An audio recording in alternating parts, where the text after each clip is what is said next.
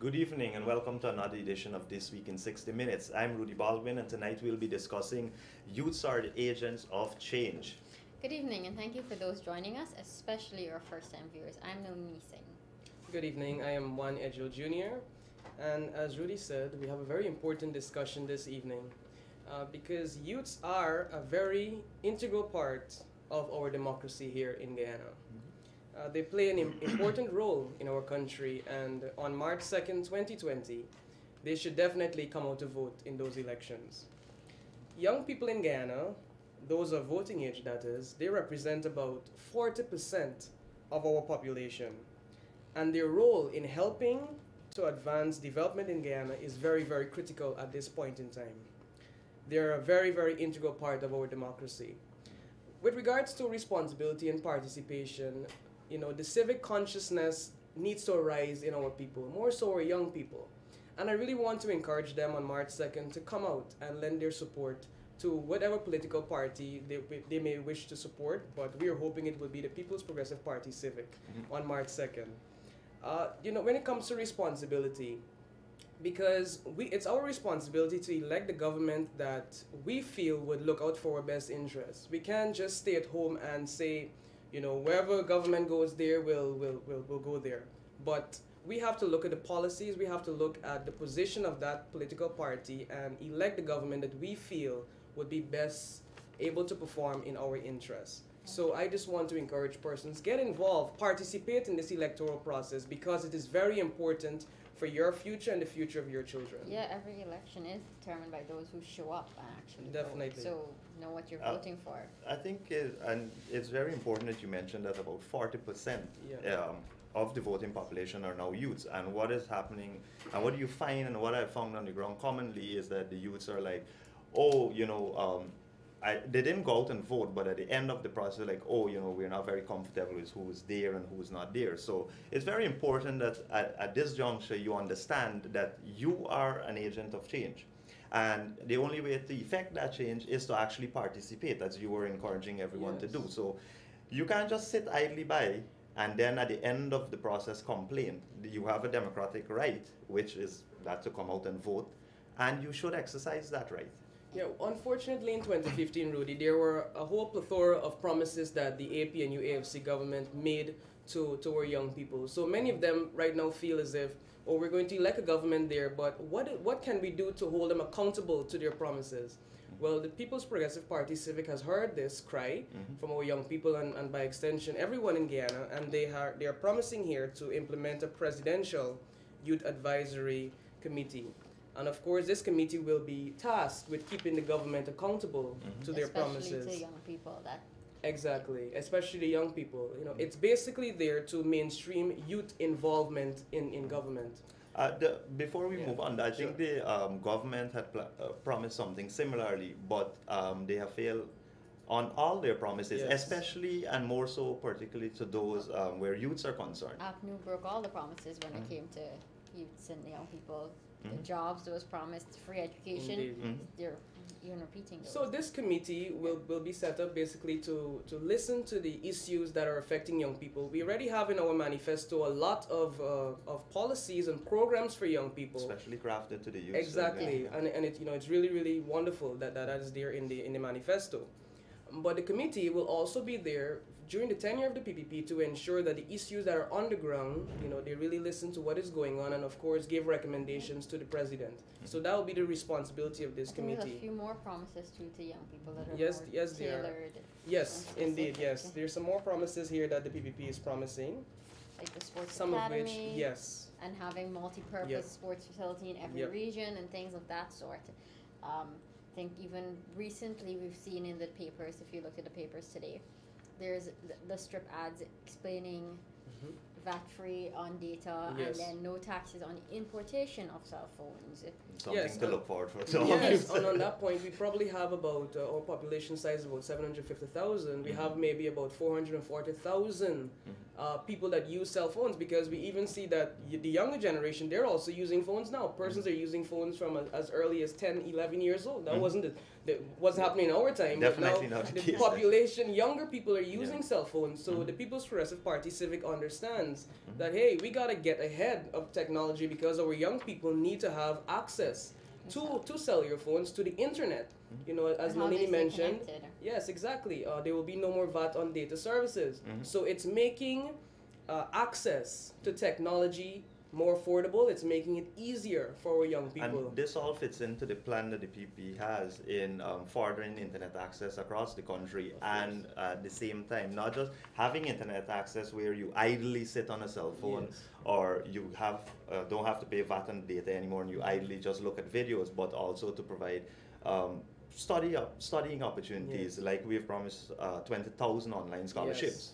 So this is all part of one cohesive plan that the PPC has to further their agenda in the manifesto. So it's a holistic plan. It all ties into one another. So I know a lot of people would say that, oh, the PP promising not to charge VAT on cell phones or data, and that will only cause corruption in schools and stuff like that. But you need to look at the bigger picture. Where education is concerned, access to information is a big thing now in the world. And the world has moved away from just having a textbook and stuff like that. Yes, very important, very important point. Very important, you know, we have our books are now online. Everything is basically virtual.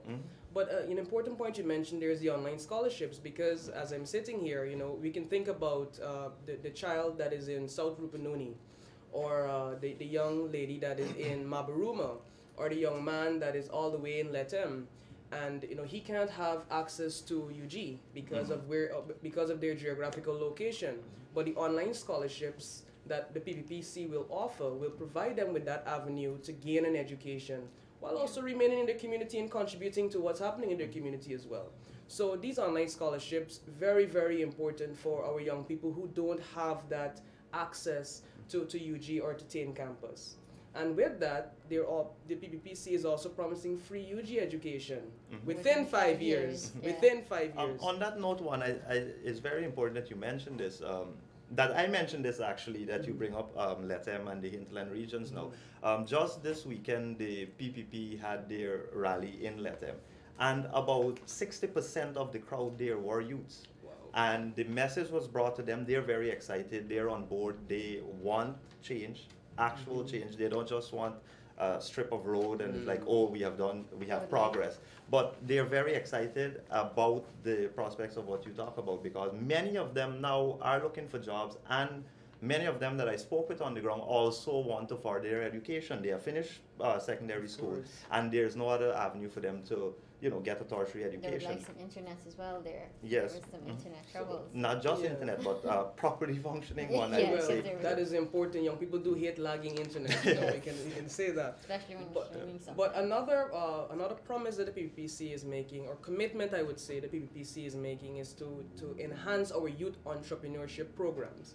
This talks about providing more incentives to our young people who want to set up their jobs and set up their businesses, young people who want to take part in other avenues and investments. It's providing opportunities for them to have the adequate training, and then also the funding that they need to set up their businesses and so on. So the entrepreneurship programs, PPC is also looking at education, but in terms of also making young people entrepreneurs in their own right and providing the avenues, because you know, I found that this government, the APNU AFC government, many times, and they're boasting that they provided $100 million revolving fund.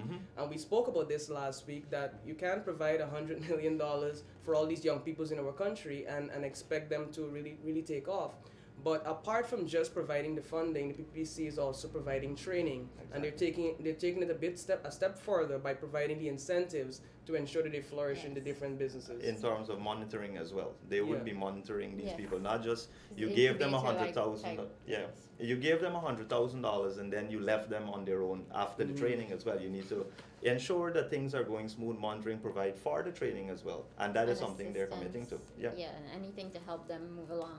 And speaking of younger people, you've seen a lot of these smaller parties claiming they have the young people, and major political parties like the PPC have the old people.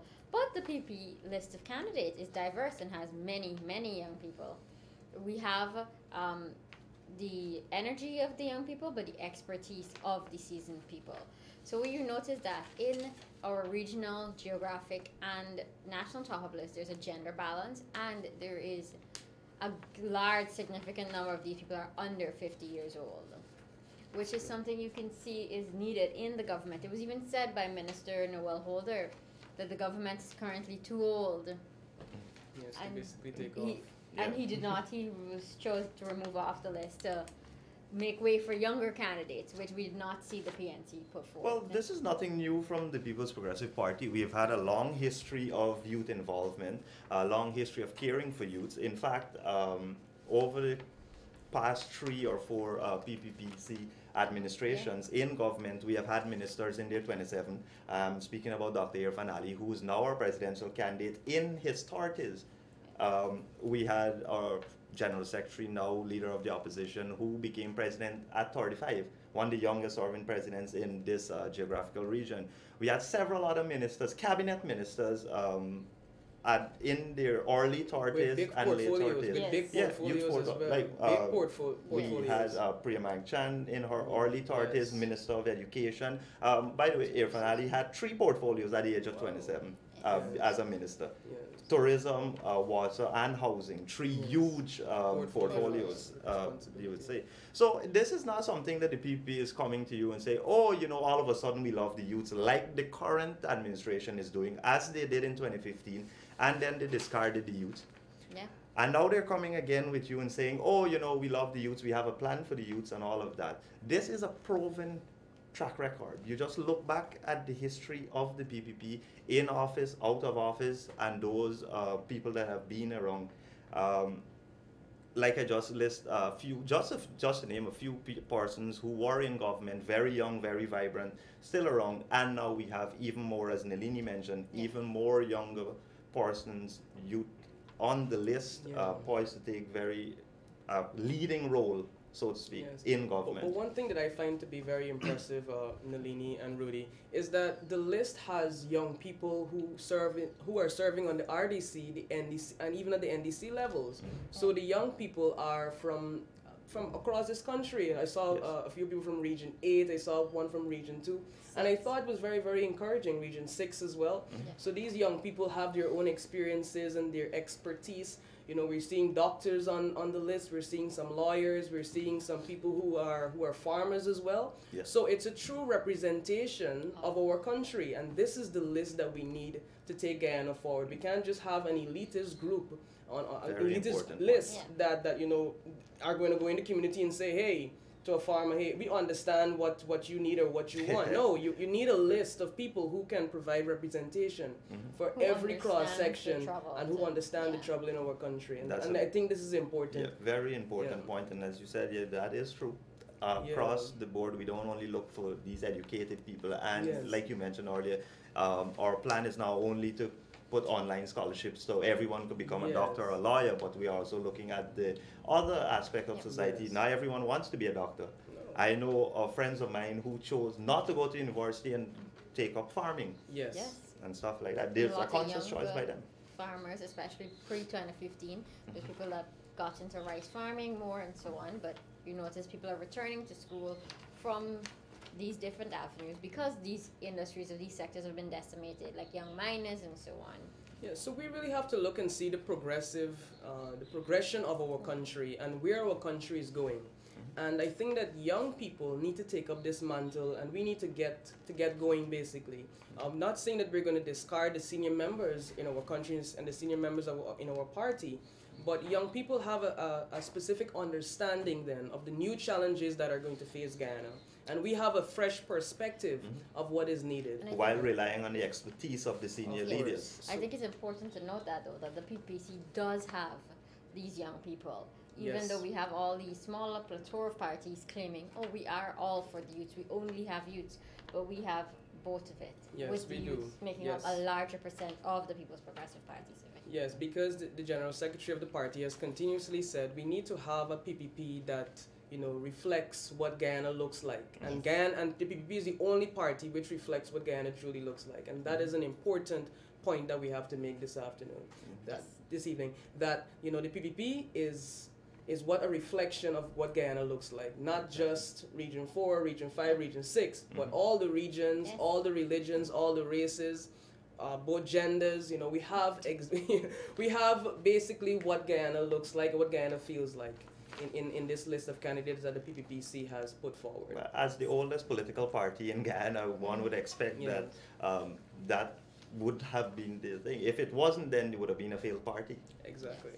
Like certain other parties out there. That's with right. the one-man party. And as Nalini mentioned, these are the smaller parties. It's just a group of elite persons. With that said, though, we just like to shift focus a bit, and I think this is also very important to the youths and to everyone, in fact, in Guyana. Just like to highlight briefly the developments at GCOM and what is happening there. The PPP would like to encourage everyone that once the official list of electors, which is the final list, this is the list that will contain your name on elections day. When you go to the polling station, this is the list. If your name, please ensure that as soon as this list is available, GCOM has promised today that it should be available by February 1st, the statutory deadline. So as soon as this list is available, please check for your names on the voters list. On this regard, the PPP continues to be very vigilant. We're working very hard in every community. We have activists in every community. If you need any assistance in this regard with checking your name, if you have any problems finding some problems finding anything, just get in contact with one of these activists. They would be able to assist you. You can get in contact with the People's Progressive Party directly via WhatsApp. For those young people looking, you know, you don't want to have... It's WhatsApp message only? Yes, you don't want to have an interaction with anyone. You could just WhatsApp us, and we typically reply within 10 to 15 minutes, if so long. So it's that number is 611-7772. That is 611-7772. So, and please, guys, it's WhatsApp only.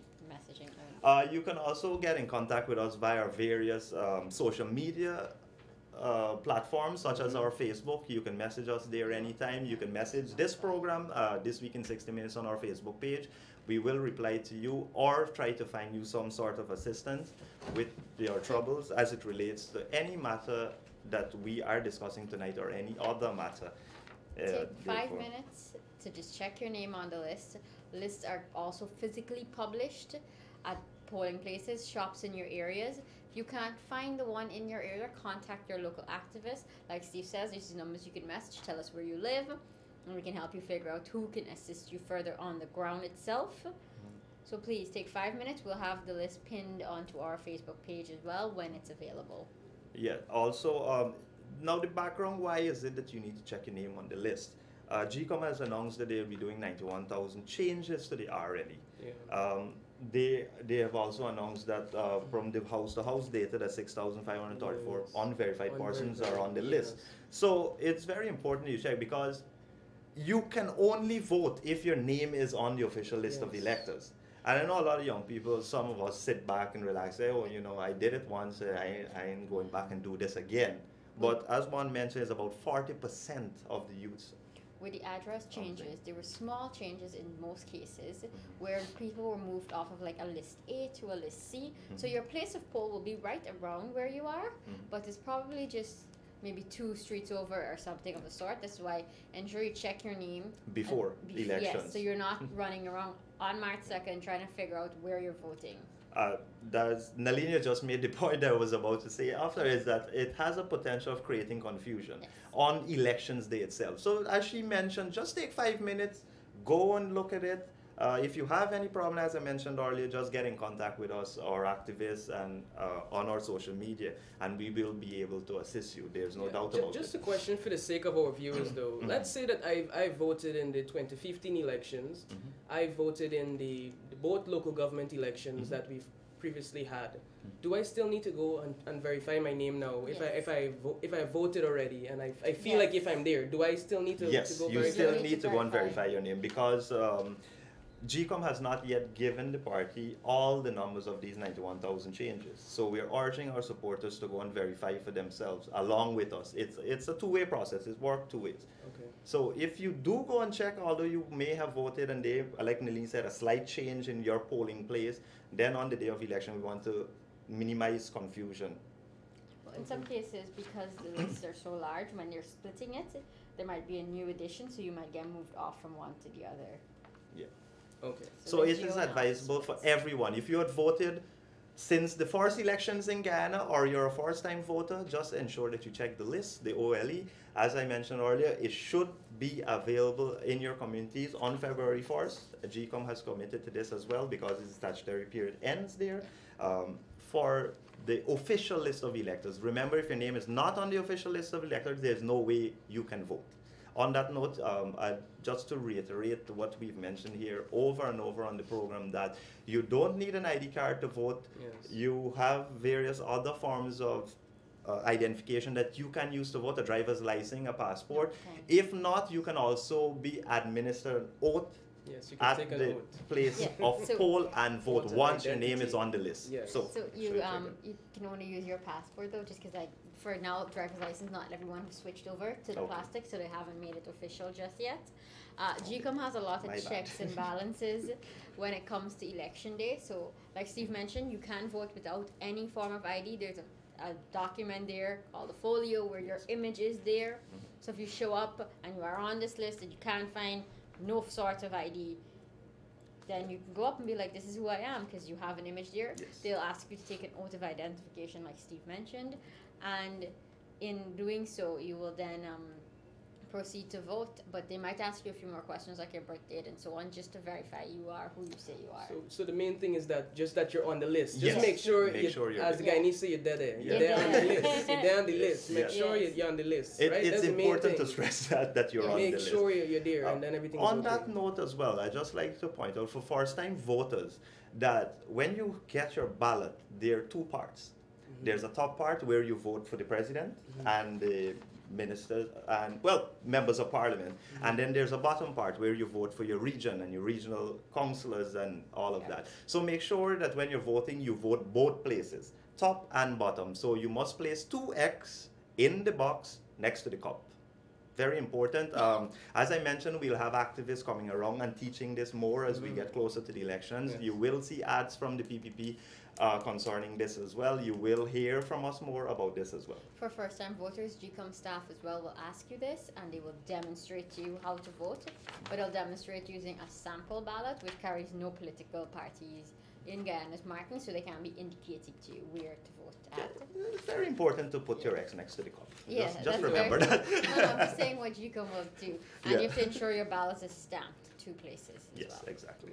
You know, some people might be wondering why is the People's Progressive Party Civic going through all this trouble to ensure that everyone is registered, and they're encouraging people to get out there, you know, to make sure that their names are on the list and all the rest of it, you know. But, you know, the real reason behind why the PPP is doing this is because they're trying to ensure that no Guyanese, not one single Guyanese, is disenfranchised from voting in the next election. Yeah. We're trying Supporters to are not ensure of the party. exactly whether you're PPP, APNU, your LMN, or whatever these parties The name, new ones are called. whatever you might be, the PPP is trying to ensure that no Guyanese is disenfranchised from voting in the next election. Every registered Guyanese must have the opportunity to cast their ballots at the next election. Exactly. That is why they're going through all of And this struggle. This goes back to the PP's history as well. They were the ones that fought for Yes. universal human suffrage, so we all have the right to vote. It used to be Yes. based on your education and money, Land ownings yeah, and stuff like that. stuff of that You know, sort. and we can go back to what used to happen in the 70s, 80s, and the 90s, you know, whereas, well, not the 90s, but the 70s and 80s, whereas, you know, persons used to commit all sorts of electoral fraud and all the rest of it. So the PPP is trying to be vigilant against these And the occurrences from PPP happening again. has legislated checks and balances to ensure these things don't happen. We're just asking you all to take 5 minutes, verify your name, you're on the list, and you know where to go and vote. Exactly. So the vote come March 2nd, 2020, it must be based on policy. This is about your future and who can best manage this future to deliver progress and prosperity. And we've been stressing this point that Yes. come March 2nd, 2020, the party that you place your X next to, and Roodi said you need to place it The next to cup. the cup, I'm agreeing with that. the debate or the reason why you're voting for this party, it has to be based on policy. There's no longer a space in our country for voting race. This is not going to be tolerated in our country any longer. It must not be tolerated by any Guyanese any longer. We need to take the discussion towards policy and what programs and plans the party has in place for you as an individual. This is specifically geared towards the young people, I think, because young people has a way of thinking that because of traditional how you grow up in the communities you grow up, what you've been taught over the years, and you feel like you need to vote a specific way. Well, we're telling you here as young people, young educated people, you need to look at policies. You need to look at your future. Because you can't just listen to elderly in your community or things, say, hey, you need to vote to these guys because we are one color or one religion or whatever the case may be.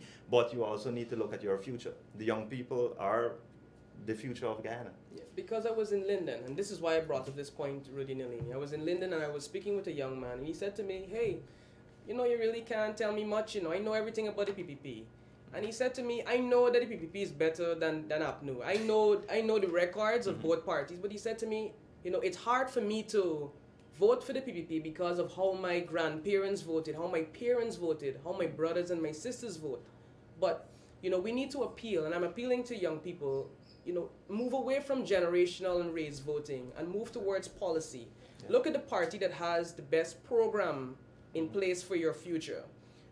A program for your housing and for your education, for your employment, for your future. Yeah. Exactly. You need to look at these things and not just go towards generational voting. You need to know what you're voting for, because in Guyana right now, at this moment in time, we have no space for any race voting, especially from the young people, because we are the ones that are going to go forward, right? Yes, and we do need to mention here that the Ethnic Relations Commission, they have a very important role to play in these elections. They have to ensure that racism is not allowed to be permeated in our society and in these elections. The commission must not allow itself to be controlled by political elements or by any other element in our society, but they need to act independently and function in the way the Constitution promotes them to function, which is under Article 212 D, J, and P.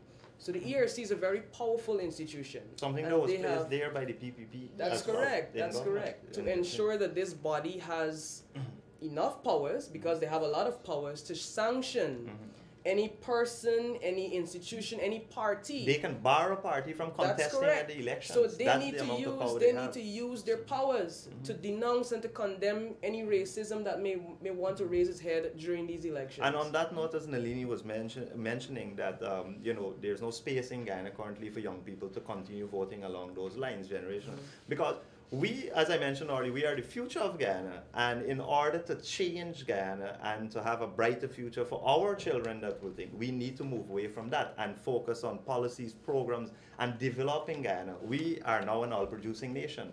Yeah, we need to make sure that Guyana moves into a place where your children, you want your children to be, you don't want to have them, okay, now you need to leave to get like a better life. You want a better life right here for we have suffered from brain drain in this country for a very long time, and it has kept us back. All 7 children you want to stay here, right? Yes, all 7 of them.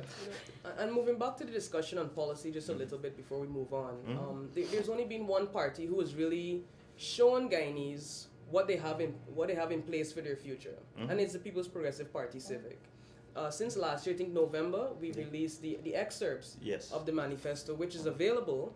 It's going to be available on our page. If you haven't taken a look at it yet, you can go on our page and take a look at it. But the excerpts are there for all Guyanese to see. And as I've been listening to some public meetings and I've been browsing social media and so on, there's only one party that is really promoting, the policies and the programs that they have in place. And it is important that Guyanese get to hear exactly what they have in future, because what are you going to tell the people? You can't just continue to go on platforms and talk about this and that and cuss down this one and cuss down that one. It has to move past that, and you have to talk policy. I think there's only one party that went out there, did the research, went and met the people in the streets. The PPC held a large stakeholder forum last year, February, to discuss and decide what to put into the manifesto. And then, like Juan mentioned, on November 29th last year, the excerpts of the manifesto were released to the public. The PP have real plans. They've been putting out actual plans, not slogans like honesty and decency and things like that. Decade of development. Exactly. But there's no like plan, and the plans that you do hear or see are things they've said before and broke and reneged on. So what we should point out though is that we were discussing this earlier. Yes. The PPP, despite the manifesto being just supposedly promises, but these were all costed and revenue streams were sourced and everything. So they know everything they say they can do because they've been there for 23 years before, where they were able to move the country from a bankrupt country to a viable, fastest growing country economically in this part of the world. Yeah, and they did that without saying, oh, we've got oil money. They plan on revitalizing all the sectors that were killed off, you can say, by this government. A quick comparison for people to see that who really has a plan and the policies, as one was speaking about earlier, is just look at the comparison in rallies. Like, just spend 5 minutes, young people. I know you guys are on social media all the time. You can just spend 5 minutes looking just to fact check what we're saying here. Look at APNU rally. Their most recent rally was in New Amsterdam. Just look about 5 minutes into that and look about 5 minutes into our most recent rally in Lethem, as I mentioned earlier. Forget about the crowds and the turnout. That is irrelevant currently. Just listen to the speech and listen to what the leaders are saying from the political divide. One side is talking about their promises and how they are going to get it done. As Nalini mentioned, we have already costed everything in our manifesto. We have already highlighted the revenue stream, and that's excluding most of it coming from the oil sector, because we still have to look at that sector more carefully. So we haven't even touched the monies from there yet, but there are stuff highlighted in the manifesto excerpt as it relates to that and how we are going to get money and more money from that. But our General Secretary has constantly mentioned that he can take the 5 budgets of the coalition government and do all of these things that we have promised in the manifesto. It just means tweaking and spending, for example, less than $1.6 billion in dietary in government, which will give back the $10,000 cash grants to the kids. So everything is being cost. So if you look at both sides, you just need to look at these things, and then it all becomes very clear who really has a plan, who really cares, and who has the policies. Yeah, one friend was telling me, Roodi, that if you want a bacchanal, you go to an APNU rally. But if you want to hear about your future, then you can go to the PPPC's rally. And that is just what it is. You know, you want a good party and a fete, you know, you can go and then. But if you're serious about Ghana, you're serious about your future, you're serious about listening to what is in store, then you go and you listen to what the People's Progressive Party Civic has been offering. And I have just been informed that the manifesto will be posted on our Facebook page for the viewers to see. The excerpts. Yeah, the excerpts. It will be posted for you to have a look at it. Yes. For those you who've been asking about the full, more detailed detailed version of our manifesto, that will be available very soon. As soon as it becomes available, it will be on all our social media platforms, and you will get access to it. So I think the PP will be doing this in the coming weeks. So. Yes.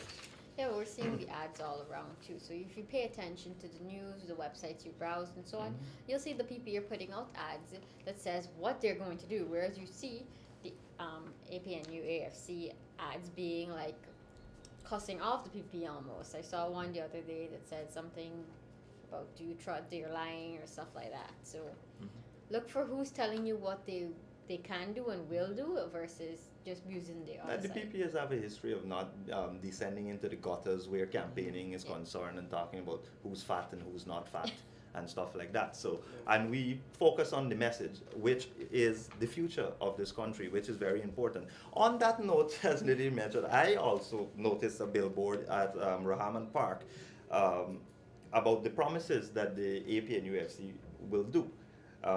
They're talking about new bridges and new roads, and ironically, this is captioned, "Don't stop the progress." I'd just like to ask, what progress are they talking about?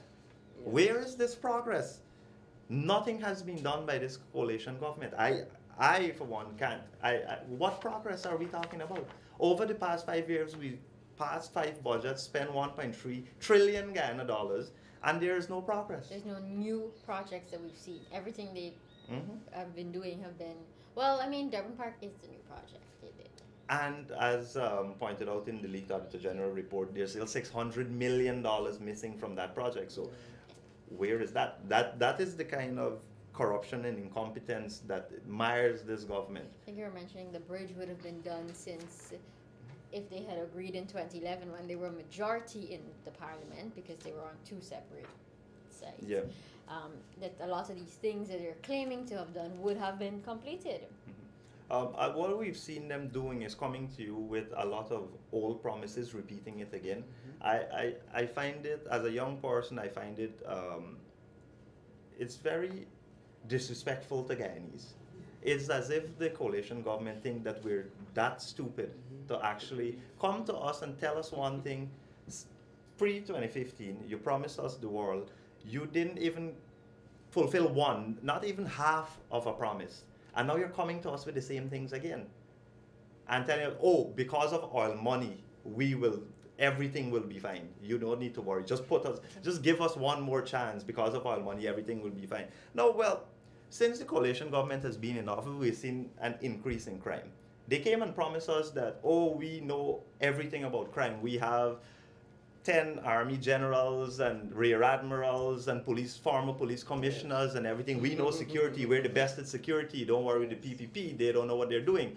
And what has happened? It's over the past 5 years, we had more crime ever in our history in Guyana. Cost of living has gone up significantly. This is something we've talked about on this program constantly, over and over and over. Yes. Imagine that the government is so into themselves. As I mentioned earlier, they have increased their dietary by 1.6 billion, and how they have gotten that money by increasing the taxes, which contribute directly to cost of living. They have put taxes on baby diapers and medicine and school materials and stuff. Yeah. What caring government, decent government, and honest government does that to a population? If you really truly trust about the youths and you care about the country and you care about the population, how can you tax the essentials that arm the youths for a better future? And how can you fire 2,000 CSOs? How can you do that? Who are all young people in the Amerindian community? We said before that it was $800 million over the past 4 years that you took out to those communities. You're going to make a point here? Yeah, I was just saying, and then now they're going to them and say, oh, we care about you, don't worry about that. We'll get you back the jobs that we took away from you in the first place. Wow. But the presidential candidate here, finale, at the Latin rally, I heard very profoundly, very strongly, he said to those Amerindian youths, get ready because you're going back to work within the first March week. 2nd. Within the first week, they would so put them right back to away, we're going to get revenue back into those communities where businesses can earn dollars, where the young people themselves can feel a bit more independent. Because when you take away work from someone, it's like you're taking away their dignity and their identity. And I think that this is something that the coalition government didn't understand when they fired 7,000 sugar workers. They didn't understand what they were doing to our country. They didn't understand what they were doing to our communities. You know, because what they did was really taking away the dignity of those people in those communities. So the PPC is promising all of these things to rehire those Amerindian young people so that they can get back to work and they can get back to earning an honest dollar. Exactly. They just don't care, I think. Yeah. They just say what they need to say to get the votes, and then they'll do exactly what they have always done. And then they're saying, don't stop the progress. Don't stop the progress. Very important point. As they did in 2015, they came and promised you the world, as I mentioned before. They came and say all the things that you want to hear. So please be careful with these promises. Yeah. Like we've mentioned earlier as well, is that the PP won't come and promise you the world. We promise you things that we can deliver on. And we have a track record of doing this in government. So as Nalini mentioned, everything has already been costed. The revenue streams have been highlighted. So when you hear those persons complaining that, oh, 50,000 house lots is impossible, it is not. It has already been costed. It has already been costed. Everything. So it's all. So that is the track record of the APNUAFC. So the progress that they're talking about is non-existent. First of all, we talk about the corruption in their tenure. Yeah. There's the Demerara Harbor Bridge feasibility study contract, which was the subject of an investigation by the Public Procurement Commission. Yes. Which is a constitutional body. This is not coming from the PPP. This is a constitutional body which did their own investigation and said that it was an illegally awarded contract and that monies are missing from another agency, the Demerara Harbor Bridge Asphalt Plant, which was used to pay for that feasibility study. We talk about the roads that they have done, very few. Most of the roads that they have done are inherited projects like the East Bank, the West Coast, East Coast roads. Those are all PP projects. So, and the very few that they have done around the place in some communities, it's also marred in corruption where monies are missing and stuff like that. And of course, the procurement fraud. The jobs are only going to those boys in office and to a very few. So those are the kind of things that we're talking about when we say that there has been no progress over the past few years under the government. Well, I was actually in Wismar Hill the other day, and you know, I was seeing the scheme that was developed by the late President Janet Jagan, and then I took a walk over to Amelia's ward, which was developed by Dr. Irfan Ali, the presidential candidate, and what I saw was a lot of houses that have started and then they somehow finished or they stopped. As I mentioned, the taxes, they've all placed it on building materials. On building materials. So I asked so. someone and I said, why are these houses, you know, half done, quarter done, some only with the foundation? They said, no, you know, things are more expensive now. So persons got to save up and then they got to come back and do the houses and so on. But the PPP is promising to reverse the VAT on building materials, and this is something good. And a whole slew of other taxes that they have added. Yes, but also they're promising to reduce the tax on vehicles, motor vehicles, as well. Importation of new vehicles. Yeah. Wow. As well as reverse the age limit on vehicles that the APNO would have placed. Yes. So it's like a house in the land. You know, you get that you know, sense that you can own these things then in the coming years. You know, the PPP wants to provide the opportunity for this to be done without taxing you so hard. It's something that I've heard many times on the street. Just recently I was in the gas station and a guy was there, young Afro-Guyanese Rasta here. He was looking at me and he's talking to the pump attendant and telling them, you know, things are very hard because he was just purchasing $1,000 in gas. Okay. And the pump attendant looked at him kind of funny. He was like, you know, things are very hard right now in Ghana. I've seen someone $500. Yes, I've seen that. And I got this car only because the PPP was in office because things were much more better then. And that I felt that because me myself, I feel it as a youth going through over the past 5 years with all the hardship measures they've imposed on us and the taxes, $88 billion per year more than the PPP ever collected. And they were the ones that always complained that the PPP are taxing the population to the hill. Yes. And then they did the complete reverse. But so they have their track record and we have our track record. And then they'll say, oh no, the PPP had 16% VAT, but we have 14, but they have 14 on everything. Exactly. Including water and light. Exactly. Yeah, but speaking of track record, Rudy, the vote come March 2nd, 2020 is also about the big word called trust. And trust in, first of all, a track record. We've seen at the rallies, as we mentioned earlier, that at these rallies, the APNO AFC, they have not been speaking about their track record. They haven't spoken about their track record and they haven't spoken about what they have planned for the future because both are non-existent. They have nothing good to say that they would have done and they have nothing planned for the future, basically. But Karen Cummings, at a Sophia public meeting, she did say, and I quote, you must decide who they trust with their children's future, unquote. So she was basically saying that it's for Guyanese to decide who we will trust with our children's future. This was one of her quotes. Another quote she made, and I'll quote her here, not place their future in the hands of people bent on enriching themselves, unquote. So with these two quotations that I've pulled here from Karen Cummings, she's basically saying that Guyanese, yes, we have to make the elections about trust. And I'm agreeing with her. Yes. We do have to make it about trust, but not trust in that APNU AFC corrupt cabal. We cannot continue to place our trust in them to basically enrich themselves to give themselves all the opportunities, to give them their friends and families all the contracts and just a specific group of businessmen all the contracts in Ghana. But we now need to put our trust in a party and in a program that will uplift the average Guyanese person. That's what we need to do come next election. You know, our trust needs to be placed in the hands of people who are competent to fulfill the program for Guyana. Yeah, I think talking about the track record and who we should trust in time, it's who we can trust to perform as well. If you look at the PPP have leaders that can go all hours in day and night and perform for you, whereas we have a sitting president that sleeps at 8 o'clock or 7 o'clock. What is it? It's 7 o'clock. Yeah, so the PPP has always performed for the people. Since 92 to 2015, you saw the country being vibrant. And then if you look at it now, like Steve was saying, people are meeting you on the street and saying, yeah, we don't have monies in our pockets. So you have to know who will perform for you. So that's who you're voting for, who you trust to put in the performance. Yeah, so listen to what the U.S. State Department cited in 2017. It actually cited government corruption for the first time in contemporary history. Government-sponsored corruption for the first time in contemporary history. So this is the situation that we have in Guyana.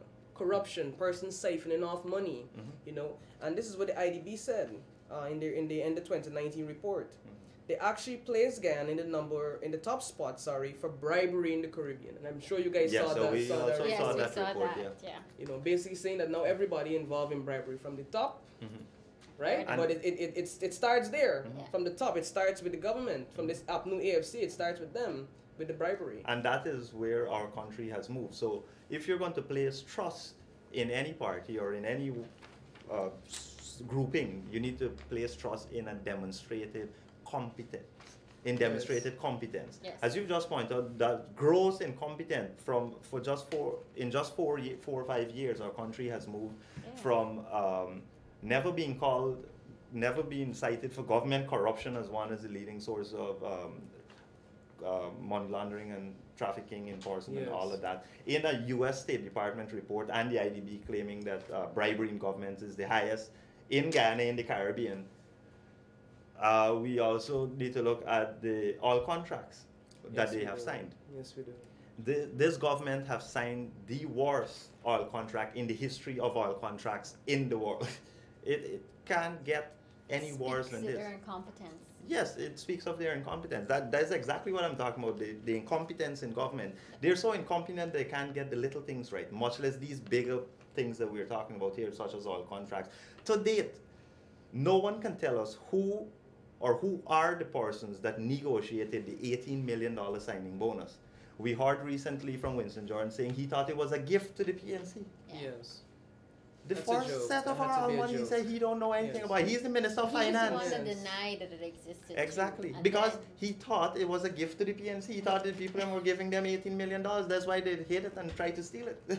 Yeah, but one could argue. They're talking about trust, but they want us Guyanese people to trust them when they lied about the increases that they gave themselves as soon as they got into office. Yeah, they hid it in obscure parts of the official gazette. So they started off their track record with stealing and then lying to the Guyanese people about something that they would have done. So how can they now ask Guyanese people to trust them? They really think Guyanese people... When they basically betrayed young people by causing widespread unemployment, by putting 35% increase in fees at the University of Guyana, by placing VAT on private education, how can they ask Guyanese people now to trust them? They betrayed the youths. They have disappointed the youths because the youths were the one who propelled the change, because most of them who voted in 2015 were voting for the first time and weren't around pre-92. So now you have... Exactly. And this is why we're urging you here, the first-time voters, the youths, those may have voted before.